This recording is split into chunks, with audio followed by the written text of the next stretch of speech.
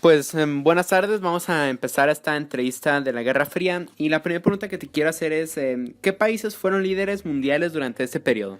Buenas tardes. Según tengo entendido, los países que fueron líderes mundiales en este periodo fue principalmente Estados Unidos, Ujú. lo que compone la Unión Soviética, que era Rusia, Ucrania y varios países que están pegados a Rusia. Esto pues porque para ese entonces todavía no se desintegraba la Unión Soviética y eran varios países.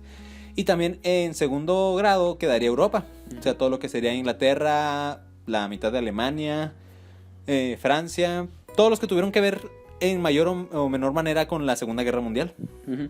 Tienes toda la razón, pero también la segunda pregunta que te quiero hacer es ¿por qué pasaron de ser la URSS y Estados Unidos grandes aliados en la Guerra Mundial a ser ahora unos enemigos con constantes tensiones entre ellos? Nunca fueron aliados del todo. Recuerda la frase, el enemigo de mi enemigo es mi amigo. Nunca tuvieron alguna alineación más que el hecho de sobrevivir, porque sus ideologías eran, como dice, izquierda o derecha, literalmente hablando. Una vez que el enemigo principal, que en este caso era el eje, las potencias del eje, ellos se quedaron, ok, el mundo ya es muy grande para nosotros dos y no podemos compartirlo. Uno de los dos va a tener que ceder. Y ese es el problema. Es la obstinación y terquedad de la raza humana de, no, se hace lo que yo quiera. Pero hay otros que también quieren hacer lo que ellos quieran. Así es. Nunca fueron aliados del todo. Y bueno, la tercera pregunta es ¿qué regiones fueron escenarios de la Guerra Fría? Donde más tenso políticamente estaba era en Europa Oriental. Todo lo que era a partir de Alemania, que está controlada por la Unión Soviética. También en Vietnam. También partes de China, que también tuvo que ver ahí. ¿Qué más? Sí, más que nada en Europa y en parte de Asia. Bueno, ¿y cuál era la opinión pública sobre la Guerra Fría? ¿Qué era lo que el mundo en ese entonces pensaba o el estigma que tenía la gente acerca de este gran conflicto?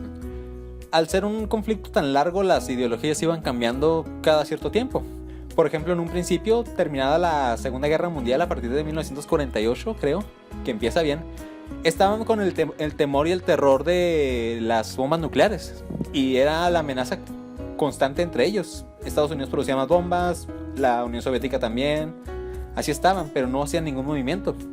Y pues la verdad todos estaban más ocupados y de cierta manera en reconstruir Europa después de tan violenta que fue la Segunda Guerra Mundial.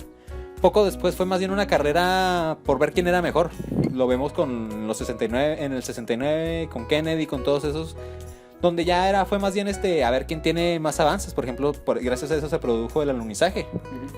Y poco tiempo después ya fue nomás ver esperar a ver cuál de los dos imperios caía. Y en este caso cayó la Unión Soviética. Pero siempre hubo quienes estaban a favor o quienes estaban en contra. Por ejemplo, podemos ver el movimiento de los hippies en aquel entonces, estaban totalmente en contra de esa guerra. Sí. Y bueno, ¿con qué tipo de armamento contaban ambas potencias? Sabemos que si bien no hubo algún enfrentamiento armado como en la Segunda Guerra Mundial, pero como habían mencionado, siempre había como una amenaza constante. ¿Cuál era la diferencia en armamento entre ambas potencias? Lo que definió la Guerra Fría fue el hecho de que ambos tenían decenas de miles, si no es que centenas de miles de cabezas nucleares.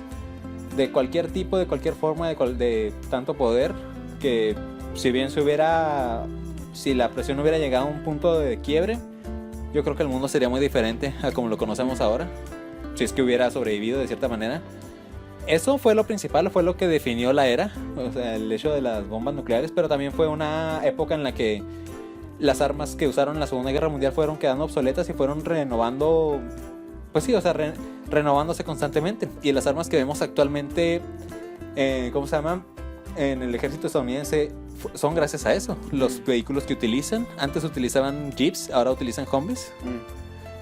Las armas, antes utilizaban la clásica, la Thompson, ahora utilizan ya otros fusiles como el M16, MA4. De la misma manera la Unión Soviética, el estándar que vemos en cualquier película de acción, el cuerno de Chivo, la K-47, fue producto de las deficiencias que tenían los rifles que usaban en la Segunda Guerra Mundial, y fue el símbolo de uno de los símbolos de la Unión Soviética, y que actualmente está peleando y sigue peleando muchas guerras en Medio Oriente y en África. Bueno, pues eso fue todo, muchas gracias. Muchas de nada.